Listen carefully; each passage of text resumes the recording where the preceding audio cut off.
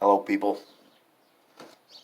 Uh, it's Easter Sunday for anybody that cares to celebrate that. Uh, when I was a kid, we used to have a little fucking lamb made out of butter with a red bow tie around its neck for our dinner. But enough of that. I have finished a book, Claudius Caesar, Image and Power in the Early Roman Empire. Uh, Thursday, I had finished another book, and I knew I was going to be out of reading material at least until Saturday.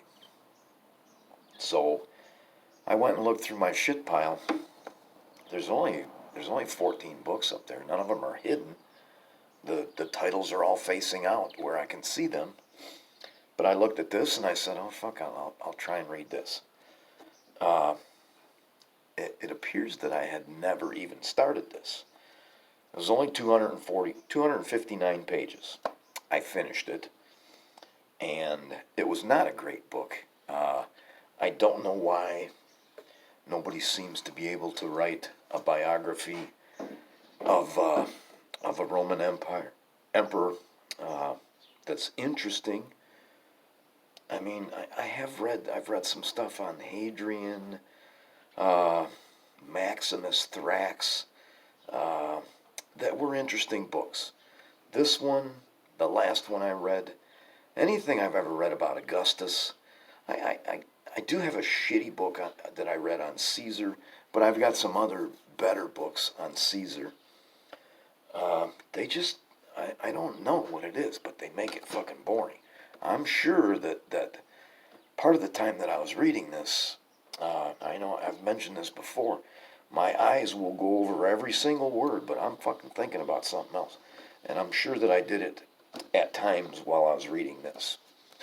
There's a really cool painting that they used for the cover art. And, on the back here, you're not going to be able to see that, but on the back, it's the whole, entire painting is reproduced there. And it's, the painting is after Caligula gets assassinated, and the Praetorian Guard goes and looks for Claudius, and they find him cowering behind a curtain because he thinks that they're going to kill him. Claudius, I'm sure he never dreamed that he was going to be emperor. He really didn't get groomed for it. He didn't get the kind of education that some other people got. Even Nero. Claudius was between Caligula and Nero. He ends up adopting Nero. Nero's his adopted son after he marries this woman, Agrippina. I'm going to go ahead and get into my notes here because I don't want to spend too much time on this. The book was published in 2011, 259 pages, and we already talked about it being in my shit pile. It's a very heavy book, even though it's not even a hardcover. The pages are glossy, so while I was reading this, I kept having to tilt it like this and look at it from an angle to keep just the light in my bedroom. It was shining off the fucking page, and the whole middle of the page, I couldn't even see it. I got written here, glossy pages, what the fuck? He does some building. The guy was emperor for 14 years, and he didn't really seem to have fucked anything up, other than, a few people got framed and killed.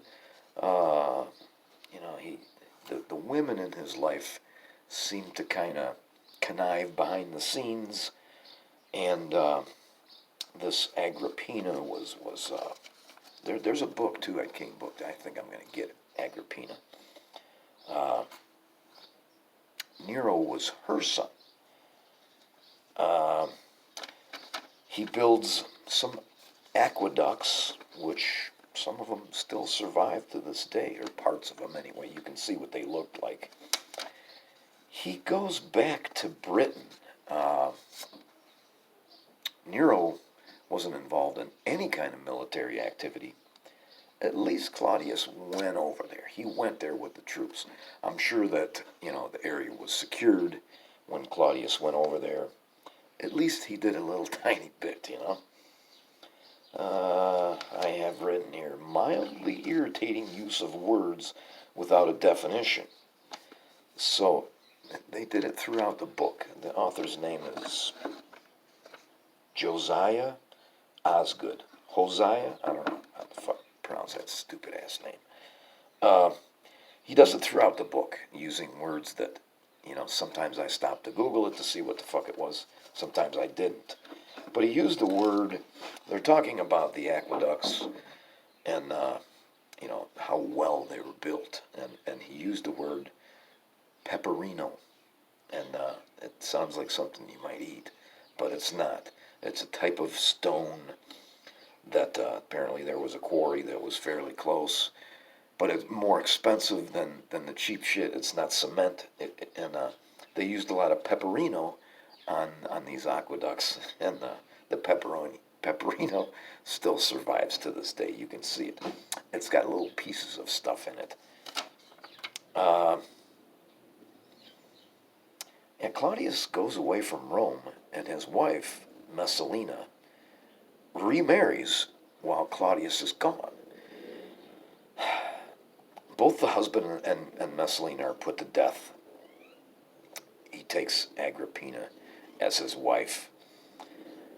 All of the shit that you read about the Roman emperors may or may not be true. Somebody elaborates on a story. It all depends on whether they like him or not. Roman propaganda definitely survives to this day. Claudius was a stammerer. He stuttered. And, before he became the emperor, people kind of teased him. People in his family. And I probably would have been one of the ones that teased him. Some people called him Claudius, which I thought was fucking hilarious. Talked about the painting already, but I wanted to go back. There's only one thing I'm going to read here, and it's page 73, and it really has very little to do with Claudius. It just caught my eye.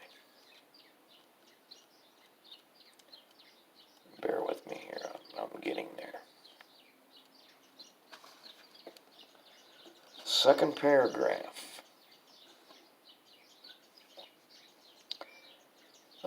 Much the same happened on Thasos, a large independent island in the North Aegean, once rich in timber and precious metals, now more reliant on its exports of fine wines.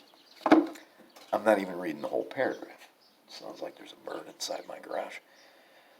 Just, the entire Mediterranean changed because there was people living there the whole time. Greece, Lebanon, North Africa, many of these places had wonderful forests, and they cut it all down for the timber. And in large part, I don't know if it's because of the soil there or not, or what, it has not grown back. So, 2,000 years ago, we were doing what we're doing now, deforestation, and it's just, I don't know, it's a shame. I bet you that the fucking place was beautiful, especially Lebanon. I think Lebanon still has some forests, but they were famous for the cedar, and in large part they used all this wood to build boats, because the boats, they had naval battles, the boats were destroyed, they had to rebuild them. That's it. It was a shitty book, but I hurried because yesterday I went to King Book and I bought 3 books, and I'm looking forward to all 3 of them. So today I get to start a new book. I did all my little chores outside, fucking fell off a ladder this morning, got chased around by bees. That's it. Thanks for watching. Have a good Easter.